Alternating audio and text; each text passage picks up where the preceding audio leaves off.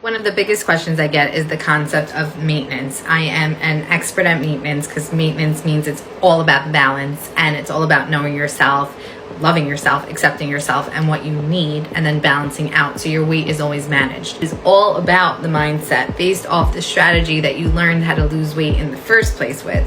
So the number one thing is to go on a plan where your baseline strategy is solid, has reasoning behind it, is realistic from a caloric standpoint, but also teaches you how to make balanced food choices to leave you full and satisfied, so you can always be mindful to make the choices you know you need in the moment.